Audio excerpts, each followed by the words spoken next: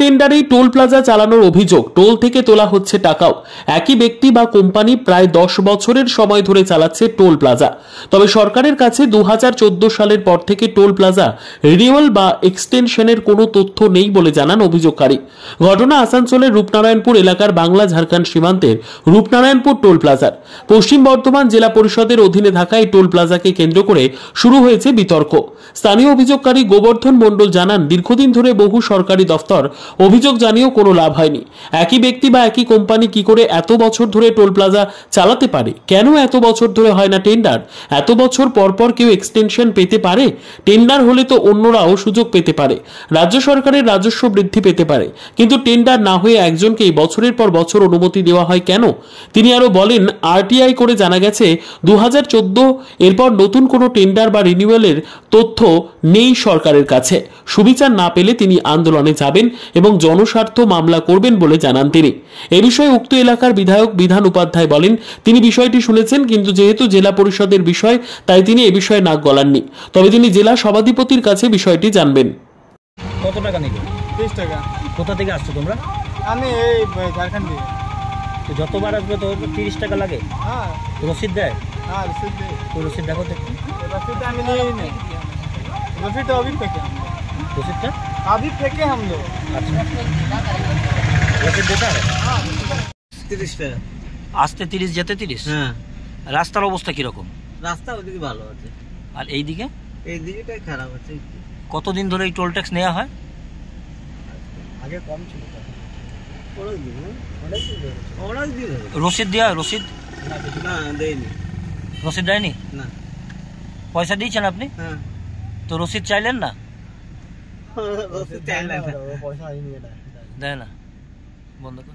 জেলা পরিষদের ওটা আমার এই বিধানসভার রূপনারায়ণপুরে ঝাড়খণ্ড বর্ডার রয়েছে এটা, এবং ওটা জাস্ট আপনার কাছ থেকে রিপোর্টটা পেলাম আমি।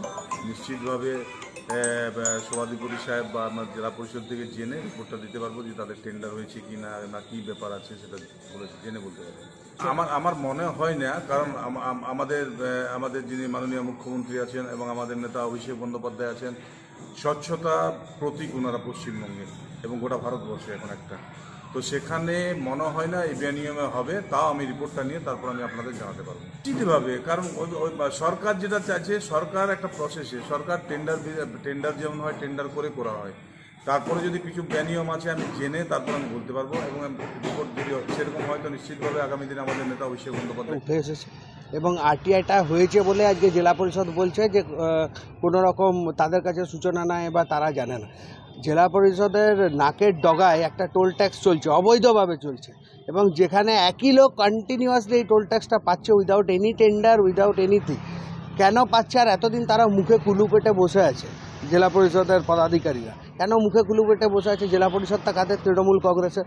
দায়িত্বটা কাদের? তৃণমূল কংগ্রেসের। এখানে আইন প্রশাসনের দেখার দায়িত্ব কার? পুলিশ প্রশাসনের। কেন আজকে তৃণমূলের পুলিশ মন্ত্রী, তৃণমূলের প্রশাসন, তৃণমূলের সরকার, তৃণমূলের জেলা পরিষদ সব কিছু তৃণমূলের হওয়া সত্ত্বেও তৃণমূলের একটা অবৈধ টোল ট্যাক্স চলছে, সেটা আরটিআই করার পর খোলসা হয়েছে? এটা নয়। বাস্তব বিষয়টা হচ্ছে ওরা এইভাবেই অবৈধ কার্যকলাপ চালিয়ে যাবে।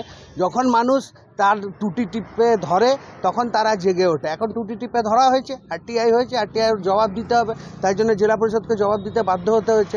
কিন্তু এই অবৈধ টোল ট্যাক্স থেকে তাদের একদম নবান্ন অবধি পরিচালনা চলছিল বলে, স্বার্থসিদ্ধি হচ্ছিল বলে এতদিন চুপ করে বসেছিল, নয়তো কোনো আইনি ব্যবস্থা নেয়নি কেন তারা কেন এই অবৈধ কার্যকলাপকে স্বীকৃতি প্রদান করেছে?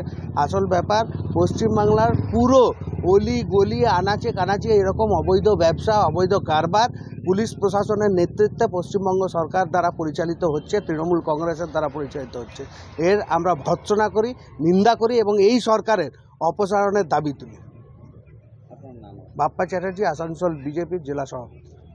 বিদ্যা, ব্যবসা, চাকরি, জটক বিচার, বিবাহ, পারিবারিক অশান্তি, সন্তান লাভ, বাস্তু সমস্যা, আরো যে কোনো সমস্যার সমাধানের একমাত্র সেরা ঠিকানা জ্যোতিষী প্রসাদ রায়। আর দেরি না করে আজই চলে আসুন প্রসাদ রায়ের কাছে। আমাদের ঠিকানা RC80 Bengal Ambuja city centre, Durgapur 16, near Jorhat rotary. Phone নম্বর 7407250555 অথবা 9064620444।